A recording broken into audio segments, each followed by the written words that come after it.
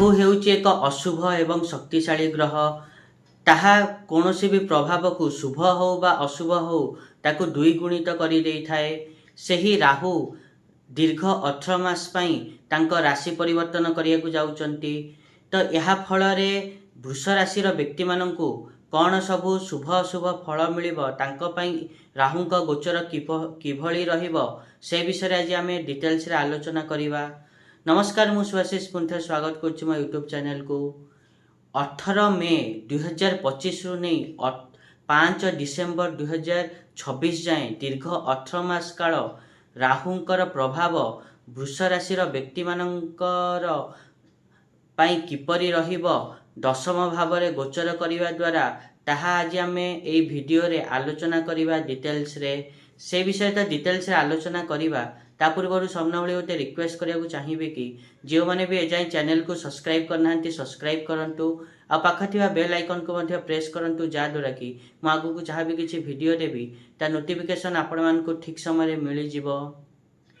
जदि आमे वृष राशि कथा कहिबा ताहले वृष राशि जेते सब व्यक्ति अछंती तांका पई दशम भाव अर्थात केंद्र भाव रे गोचर करिवे राहु। तो राहुंकर यही दशम भाव रे गोचर द्वारा राहु दशम भाव रे गोचर करी वृष राशि व्यक्ति मानकर द्वितीय चतुर्थ एवं षष्ठ भाव को दृष्टि देवे। तो यह फल रे आपण मानकर दशम भाव सहित चतुर्थ द्वितीय एवं षष्ठ भाव को मध्य प्रभावित करिवे राहु। यह फल रे आपण माने बड़ बड़ कार्य रे सफलता पाई परिबे। ता सहित आपण मानक चाकरी रे हठात उन्नति हबो। ता सहित आपण माने जेते पर्यंत काम आपण मानकर हेइनी आपण माने शांति रे बसिबे नाही। ता सहित जो माने विद्यार्थी अछंती तांकर किंतु एकाग्रता टिके कम हेई पारे।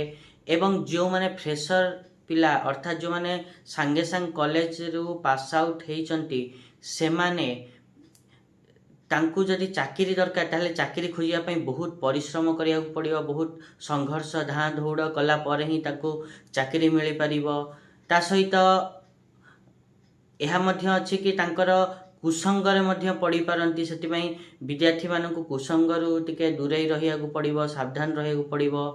एवं एही समय रे आपण माने जागा संपत्ति रे आपण मानकर वृद्धि घटिबो, चाकरी रे भी उन्नति घटिबो। ता सहित आपण अन्य माने जो काम को सहजरे करि पारनाहांती आपण ताको सहजरे करि परिबे। ता सहित आपण माने किंतु चाकरी जो माने अछंती सरकारी चाकरी रे तांकर ट्रांसफर हेई पारे। एवं जो माने चाकरी अछंती तांको राजनैतिक चाप टिके पड़ी पारे, धोखा मिली पारे। ता प्रति से माने सावधान रहिबा उचित। ता सहित आपण माने न डरी एही समय रे निजर काम को क्रिएटिविटी भाव रे करि परिबे। ता सहित आपण माने कार्य क्षेत्र में प्रतिष्ठा लाभ करि परिबे, सफलता पाई परिबे, आपण मानकर लाभ रे वृद्धि घटिबो। ता सहित आपण माने देखिबे कि जो माने प्रतियोगी परीक्षा दउचंती तांकू बहुत कठिन परिश्रम करिया पड़िबो आगु को बढ़िया पई अर्थात सफलता पाइया पई।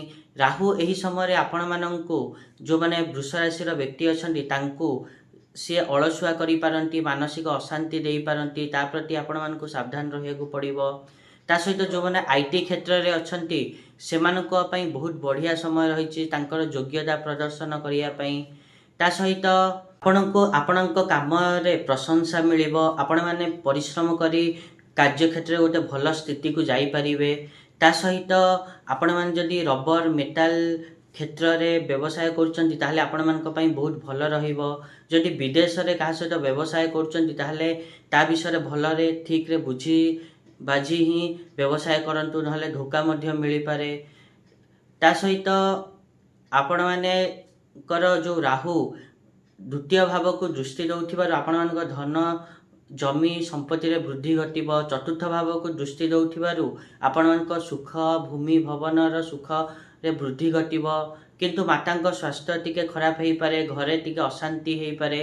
ता प्रति आपण मानक ध्यान देबा को पड़िबो। आपण मानकर जो जमी अच्छी से विवाद हैला परे आपण मानकु शुभ फल मिलिबो। ता सहित जो माने डिजिटल मार्केटिंग टेक्नोलोजी यही सब फील्ड रे अछंती ସେମାନଙ୍କ ପାଇଁ ମଧ୍ୟ ବହୁତ ଭଲ ସମୟ ରହିଛି। ତା ସହିତ ରାହୁଙ୍କ ଦୃଷ୍ଟି ଷଷ୍ଠ ଭାବରେ ପଡ଼ୁଥିବାରୁ ଆପଣମାନଙ୍କର ଶତ୍ରୁମାନେ ସକ୍ରିୟ ହେଇଯିବେ, ଆପଣମାନଙ୍କୁ ମିଛ କେସ୍ରେ ଫସେଇ ପାରନ୍ତି ବା ଆପଣମାନଙ୍କ ଯେଉଁ ଯୋଜନାକୁ ଧୀର କରିପାରନ୍ତି ବା ତା ସହିତ ଆପଣମାନଙ୍କ ଯେଉଁ ୱାର୍କ ସ୍ପିଡ୍ ଅଛି ତାକୁ ଡିଷ୍ଟର୍ବ କରିପାରନ୍ତି। ଏହି ଗୋଚର କାଳରେ ଆପଣମାନଙ୍କୁ ତୀର୍ଥସ୍ଥାନ ଭ୍ରମଣ କରିବାର ସୁଯୋଗ ମିଳିବ। ତା ସହିତ ଦାନ ପୁଣ୍ୟ କରିବାର ମଧ୍ୟ ବିଚାର ମନକୁ ଆସିବ। ଆପଣମାନେ ଏହି ସମୟରେ ରାଜମାନ୍ୟ ମଧ୍ୟ ହେଇପାରନ୍ତି।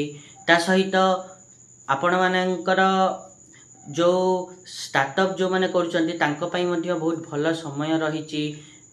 ଘରେ ସମୟ ନ ଦେଇ ପାରୁଥିବାରୁ କିଛି ଅଶାନ୍ତି ମଧ୍ୟ ହେଇପାରେ। ଏଇଟା ଥିଲା ବୃଷ ରାଶିର ବ୍ୟକ୍ତିମାନଙ୍କ ପାଇଁ ରାହୁଙ୍କ ଗୋଚର କିଭଳି ରହିବ 18 ମାସ ତକ। ଆଶା କରିବି କି ମୁଁ ଯାହା କହିଲି ଆପଣମାନେ ଠିକ୍ରେ ବୁଝିପାରିଥିବେ। ଆଉ ଯଦି ଭିଡ଼ିଓ ଭଲ ଲାଗିଛି ତାହେଲେ ନିହାତି ରୂପେ ଭିଡ଼ିଓକୁ ଲାଇକ୍ କରନ୍ତୁ, ସେୟାର କରନ୍ତୁ ଆଉ ଚ୍ୟାନେଲକୁ ସବସ୍କ୍ରାଇବ୍ କରିବା ପାଇଁ ତ ଜମା ଭୁଲନ୍ତୁନି। ଆଜି ପାଇଁ ଏତିକି, ଦେଖା ହେବା ନେକ୍ସଟ ଭିଡ଼ିଓରେ। ରହୁଛି, ନମସ୍କାର।